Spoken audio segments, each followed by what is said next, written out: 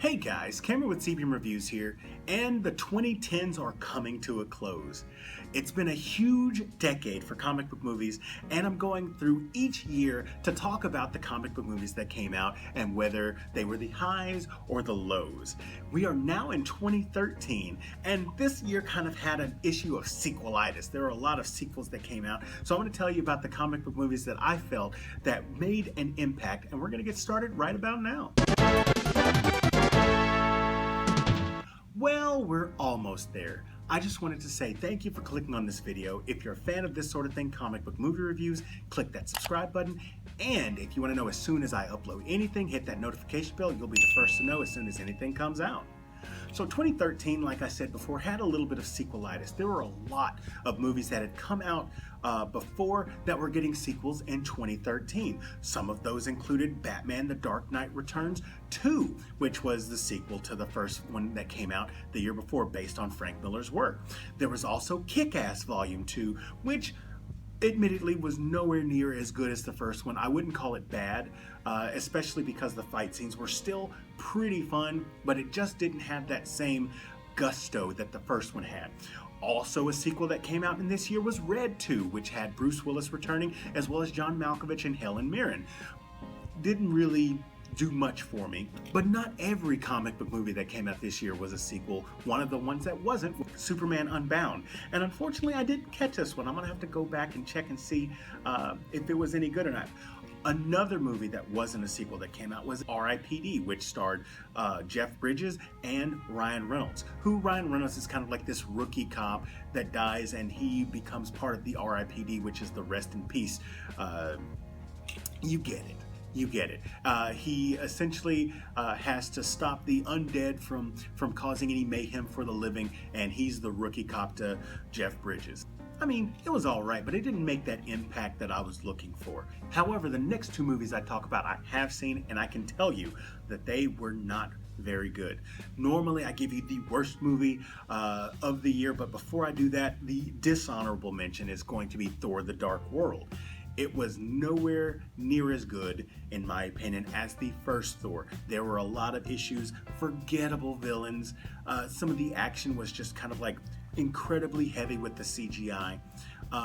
But it wasn't the worst thing, and it actually introduced us to the Infinity Stones. Yes, we've seen Infinity Stones in previous movies, but Thor: The Dark World was the first time that they actually mentioned the Infinity Stones, and it's the first time that we got to see the Collector in a post-credit scene. So it wasn't nearly as bad as the other movie on this list, which gets my worst of, and that movie is Iron Man 3. Was it the worst movie that came out? Probably not, but it had an impact that was practically null and void. This movie was directed by Shane Black, and it was the only comic book movie in the Iron Man saga that he did direct. Now, everybody comes back, so Robert Downey Jr. comes back, Gwyneth Paltrow is in this, but we have a new villain played by Guy Pearce, who I'm not going to say who he was, but there's also a classic Iron Man villain, the Mandarin, in this. And to say that he was done poorly is an understatement. There are also some things that happen in this movie that are never, ever talked about again. From Rhodey being Iron Patriot to Tony Stark destroying his suits, absolutely nothing in this movie makes it out of this movie because it is just that unimportant, and it's not even worth revisiting. The only thing, to be completely honest, that was worth enough to make it out of Iron Man 3 was the kid, because we see him in a very brief moment in Avengers Endgame. That's how uneventful and unimportant this movie is.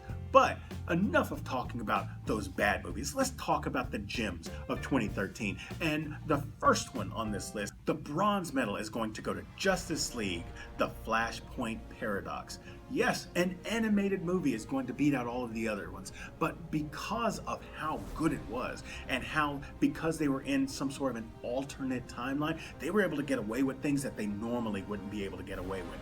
I love the lines that they took with Wonder Woman and Aquaman and Batman and it was really well done, and you kind of see the heart of Flash and what he would do in order to make his world whole again.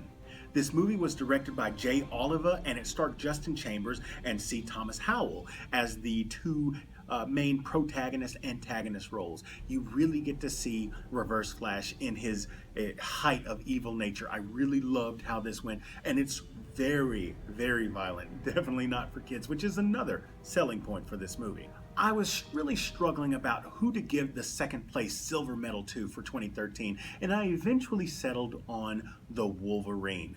This was definitely an uptick from the previous X-Men Origins Wolverine movie, but they took their time to get the right director in James Mangold, and they of course kept Hugh Jackman in the title role, but this was one of the first times that we really get to see Wolverine in a proper light and done correctly. This gives a little bit more of a Japanese history on it, and it stars William Lee and Tao Akamoto in supporting roles, but this movie, even though it was a huge improvement on the predecessor, I just couldn't give it that #1 spot. But who I did give the #1 gold medal for 2013, it was for Man of Steel. This Zack Snyder directed movie was the start of the DCEU, and it was kind of like the first high point, and it starred a new Superman, Henry Cavill, who in all honesty looks amazing as the role of Clark Kent and Superman. I really love what they did with him, and they also came right out the gate and gave him a formidable foe with General Zod, who was played by Michael Shannon.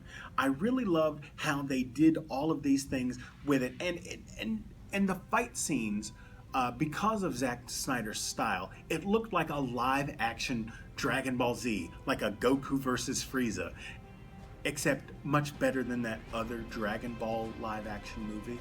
This one was actually really good. There are some nitpicks. It's not the perfect movie of 2013, but there's so much action and everybody looks so great in the roles. This was before a lot of unfortunate things happened in the DCEU, behind the scenes mostly. But for this starting off point, I really enjoyed what it was, and so it gets the gold medal of 2013. So that is the year that was 2013 as far as comic book movies are concerned. Let me know what you thought about it in the comment section down below. Did I get the listings wrong? Did I miss something? You let me know there. If you enjoyed this video, hit that like button, and if you're new here, subscribe to the channel. Share this with your friends, and as always, this is Cameron with CBM Reviews. We'll see you next time.